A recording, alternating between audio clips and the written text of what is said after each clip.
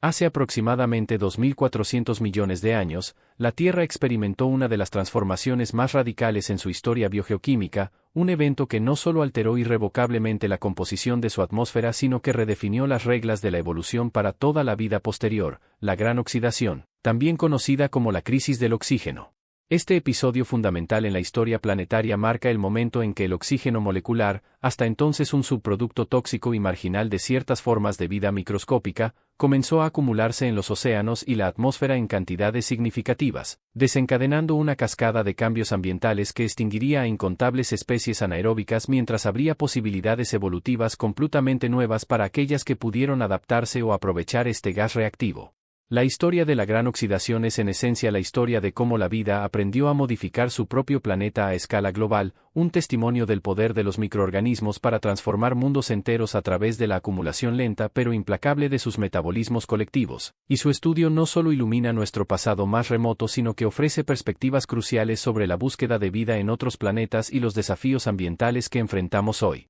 Los orígenes de este evento cataclísmico se remontan a cientos de millones de años antes, a los océanos arcaicos donde las cianobacterias, esos humildes microbios azul-verdes, desarrollaron la capacidad de realizar la fotosíntesis oxigénica, un proceso metabólico revolucionario que utiliza la energía solar para dividir moléculas de agua y fijar dióxido de carbono, liberando oxígeno molecular como subproducto. En el contexto de la Tierra primitiva, donde la atmósfera era reductora y la vida había evolucionado en ausencia de oxígeno libre, esta innovación bioquímica fue tan radical como peligrosa, pues el oxígeno, altamente reactivo, resultaba tóxico para la mayoría de los organismos de la época, capaces solo de metabolismos anaeróbicos más simples. Durante mucho tiempo, el oxígeno producido por estas primeras cianobacterias no se acumuló en el ambiente, siendo inmediatamente secuestrado por los abundantes minerales reducidos disueltos en los océanos y por los gases volcánicos que emanaban constantemente de la corteza terrestre, particularmente el hierro ferroso que al oxidarse formó extensos depósitos de hierro bandeado,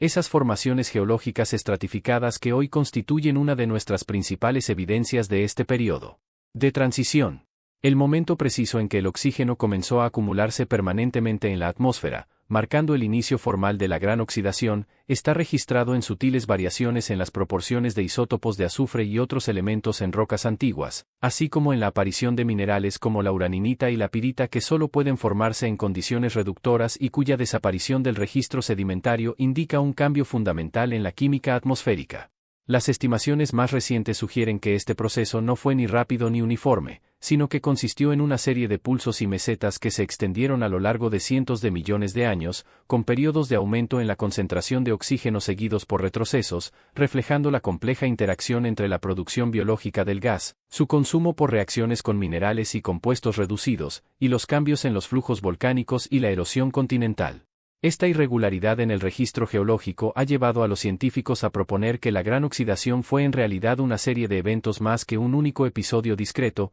con fluctuaciones que reflejan los equilibrios cambiantes entre las fuerzas que producían y removían oxígeno del sistema terrestre. Las consecuencias biológicas de esta acumulación gradual de oxígeno fueron profundas y en muchos casos catastróficas para las formas de vida existentes. Para los numerosos organismos anaeróbicos que habían dominado los ecosistemas primitivos, el aumento del oxígeno representó una crisis existencial, pues sus sistemas metabólicos y estructuras celulares, adaptados a condiciones reductoras, eran vulnerables a los efectos dañinos de este gas altamente reactivo. La oxidación de sus ambientes probablemente llevó a la extinción de incontables especies, restringiendo a los supervivientes a nichos cada vez más marginales donde el oxígeno no penetraba, como los sedimentos profundos, las fuentes hidrotermales y los intestinos de otros organismos, refugios que los anaerobios estrictos ocupan hasta el día de hoy. Esta gran extinción, quizás la primera en la historia de la vida causada por los cambios ambientales inducidos por la actividad biológica misma, es un temprano ejemplo de lo que hoy llamaríamos cambio climático global inducido por la vida, un precedente antiguo de los desafíos que nuestra propia especie enfrenta ahora al alterar la composición atmosférica del planeta.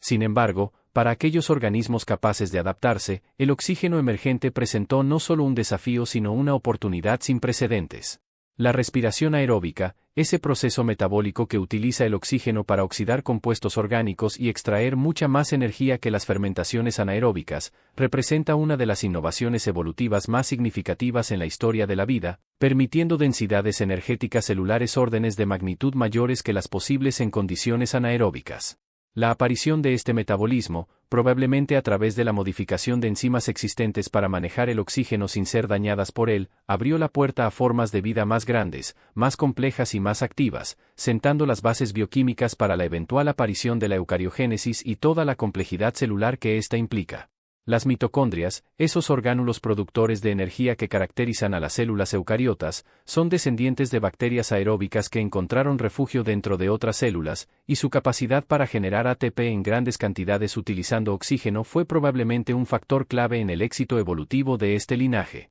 A nivel planetario, los efectos de la gran oxidación se extendieron mucho más allá de la biosfera, alterando profundamente la geoquímica global. La formación de la capa de ozono, ese escudo gaseoso en la estratosfera compuesto por moléculas de 3 átomos de oxígeno, fue una consecuencia directa de la acumulación de oxígeno molecular en la atmósfera, y su aparición transformó las condiciones en la superficie terrestre al filtrar la mayor parte de la dañina radiación ultravioleta del Sol, permitiendo eventualmente la colonización de la Tierra firme por formas de vida cada vez más complejas. Simultáneamente, los cambios en la química oceánica resultantes de la oxidación de metales como el hierro y el manganeso alteraron los ciclos de nutrientes marinos, mientras que la oxidación del metano atmosférico, un potente gas de efecto invernadero, pudo haber desencadenado el primer episodio de glaciación global, la hipótesis de la Tierra bola de nieve, que algunos investigadores vinculan temporalmente con la gran oxidación. El estudio de este evento lejano en el tiempo pero fundamental en sus consecuencias se basa en un conjunto diverso de evidencias geológicas, geoquímicas y paleontológicas.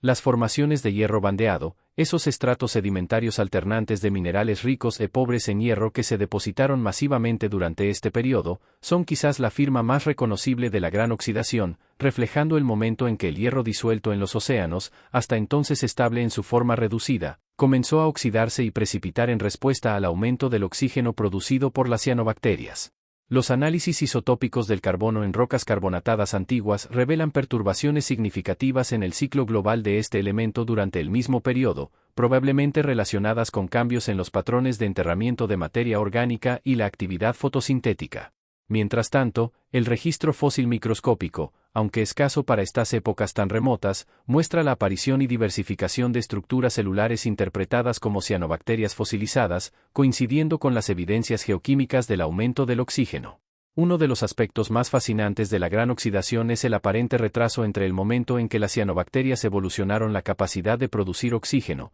posiblemente tan temprano como hace 3.000 millones de años, y el momento en que este gas comenzó a acumularse permanentemente en la atmósfera, hace unos 2.400 millones de años. Este intervalo, conocido como el paradoja del oxígeno, ha generado numerosas hipótesis explicativas, desde la existencia de sumideros geoquímicos particularmente eficientes para el oxígeno hasta la posibilidad de que las primeras cianobacterias fueran menos productivas que sus descendientes modernos o estuvieran confinadas a nichos ecológicos limitados donde su impacto global era mínimo. Algunos investigadores sugieren que cambios tectónicos a gran escala, como el aumento de la continentalización y la erosión de rocas reducidas, pudieron haber alterado el balance entre la producción y el consumo de oxígeno, permitiendo finalmente su acumulación. Otros han propuesto que la propia evolución de los sistemas fotosintéticos, con la aparición de estructuras más eficientes como los tilacoides en las cianobacterias, pudo haber aumentado dramáticamente la producción de oxígeno, superando la capacidad de los sumideros geológicos para eliminarlo.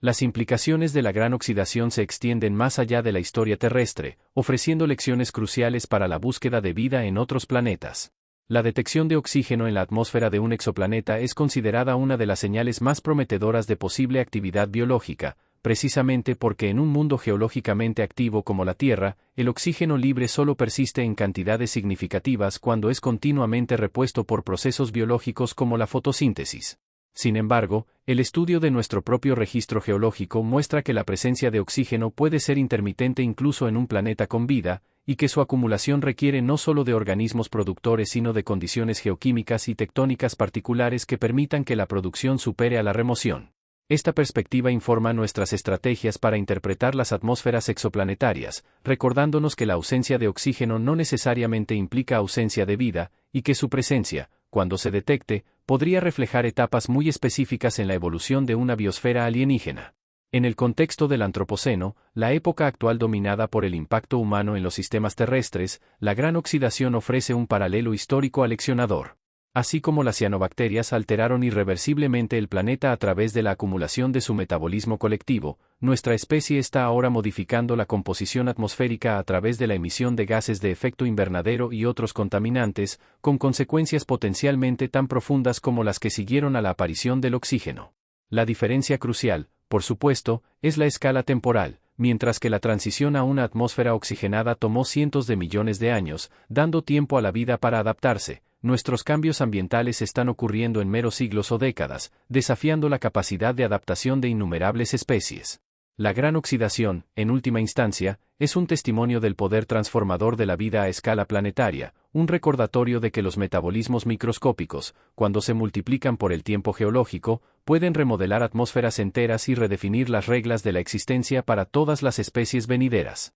Su estudio, situado en la intersección entre la geología, la biología y la química atmosférica, continúa revelando nuevos matices y complejidades, desafiando nuestras suposiciones sobre la coevolución entre la vida y su entorno. En esta historia de microbios que cambiaron el mundo, encontramos no solo las raíces de nuestra propia existencia aeróbica, sino también profundas lecciones sobre la fragilidad y resiliencia de los sistemas biológicos frente al cambio global, lecciones que resuenan con creciente urgencia en nuestro presente antropocénico.